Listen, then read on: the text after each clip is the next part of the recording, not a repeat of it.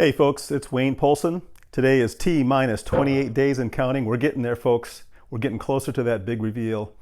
Again, a big thank you to all of you who are hanging out with me for this series.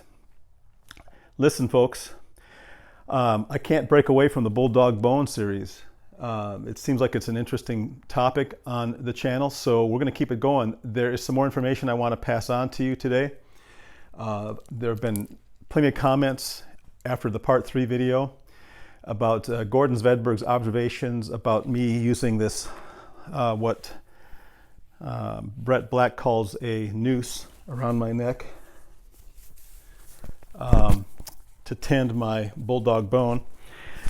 So, okay, I get it. I mean, it's all about safety. There is a good possibility that even if I were using what I have been using, these little key rings, these sort of, I don't know what you really call them, but they're these round key rings. They start off round. They look like this right here. But the nice thing about them is that if I do get too much weight on this ring, it'll actually do this. And I think you guys caught a glimpse of this in the first Bulldog Bone video. So this is what I replaced, and it's right here. So this does provide like a safety valve. If something were to happen and all my weight is on this neck lanyard, it does break away. I've tested it. However, just having this thing around my neck can cause some other issues. What if this got hooked on a branch behind me? Something like that. This will not break away, folks. So, Gordon, I'm glad you brought that issue up. And Moof Dog Mike, you're a big safety observer. You're kind of like my safety director, if you know what I'm saying. He's always giving me safety tips, folks. Thank you for keeping me alive, buddy. So what I wanted to talk to you about is something that I'm experimenting with. This is a suggestion by Gordon. I'm going to keep this lanyard on the top pin of this bulldog bone, but I added this little lanyard right here, and I'm going to keep this carabiner attached to it for now. I may put one of these rings on it at some point and keep the carabiner on my chest harness. I am going to take the noose off. We're not going to use that today. I'll probably never use it again. Thought it was a great idea. Goes to show you what I know. Anyway,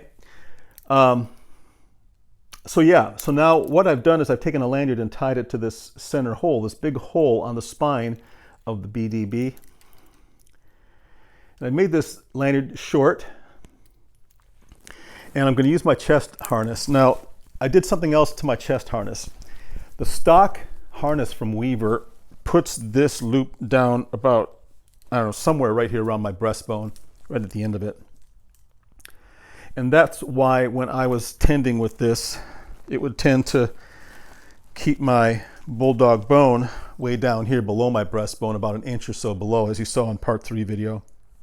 What I did is I raised the straps. There are no adjustments on these shoulder straps here, but what I did do is I folded them over, melted a hole through them, tied it off with some lacing, and basically shortened these straps across my shoulders, so you can kind of see the little laces in the back there. Now, so that raised this point up on my chest. You can see right here there's a difference in the lengths of these two lanyards. Whoops. Can you see that okay? So what I'm going to do now is I've got my harness on. I'm going to go ahead and attach this there. I'm going to take my carabiner, hook it into my harness. When I'm climbing, I'm going to get down below here out of the screen again, okay? Watch this.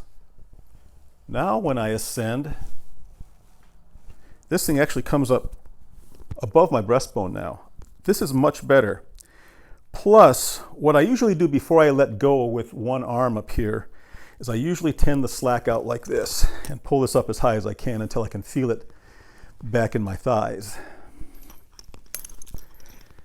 And then I can sit back on it. Now, one of the other things I've noticed is that the tension on the spine here does not have nearly the same effect of loosening the bulldog bone as this point of attachment does.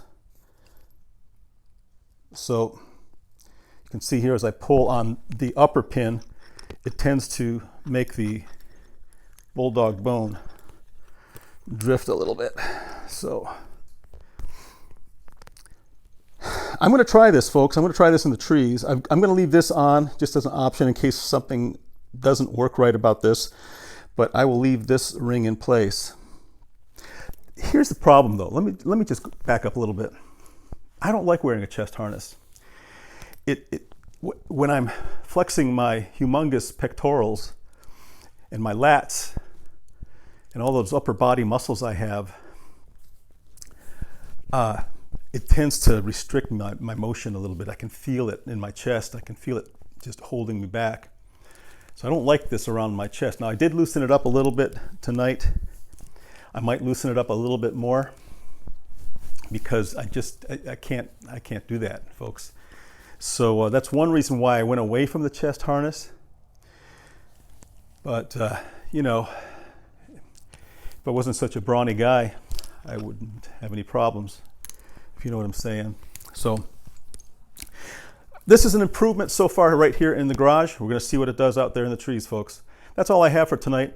Folks, listen. Let me get out of this contraption for right now. I just have to tell you, I think this group of people on this channel so far, I mean, we don't have a big number of people, but the group of people that are on this channel, those of you that comment regularly and those of you that just come in every now and then, you're good people. And I love being surrounded by good people. So thank you so much for your kindness. Thank you so much for your comments. Thank you so much for the time that you spend to present ideas to me, things that will improve my performance in the trees, things that will improve my performance in these videos. If there's anything you guys would like to know more about with the bulldog bone or any other aspect of stationary rope technique, SRT climbing, let me know. I'm not an expert by a long shot, but I can break it down, and we can talk about that. I know that Eddie Phillips, I believe you just bought some equipment and are getting ready to get back up in the trees. That's pretty cool. And can't remember, was it Brett? Are you the one that was asking about getting a hold? No, I think you're the one that uses the, correct me if I'm wrong, but is it the rope runner? I think you use the rope runner. Someone else, maybe it was Flatlander. Flatlander, I think you were the one that was asking about where you could get your hands on a bulldog bone. So I did send contact information for Gordon Svedberg to Flatlander. Hopefully they'll get something going there. Anyway, great group of people. Thank you so much for following me on the channel. Listen, if you're new here, please hit the like if you like the video. If not, I apologize. I don't know. I'm doing my best, folks. But listen, and maybe it's just not your cup of tea. I get that. That's cool. You can find things more interesting somewhere else on the channels. But listen, if you're a new subscriber, thank you for subscribing to the channel. And if you're not a subscriber, would you please subscribe? Go ahead and hit the little bell, because what that bell does is it gives you notifications whenever I post a new video. And I would love to have you on board so we can get to know each other a little bit more and, you know, just kind of sharpen each other's skills, right? It's iron sharpening iron in this community. All right, that's it. Spread the kindness and spread that precious love all over this world. Logger Al, I think you were the one that confirmed that this world really does need love. See you, folks.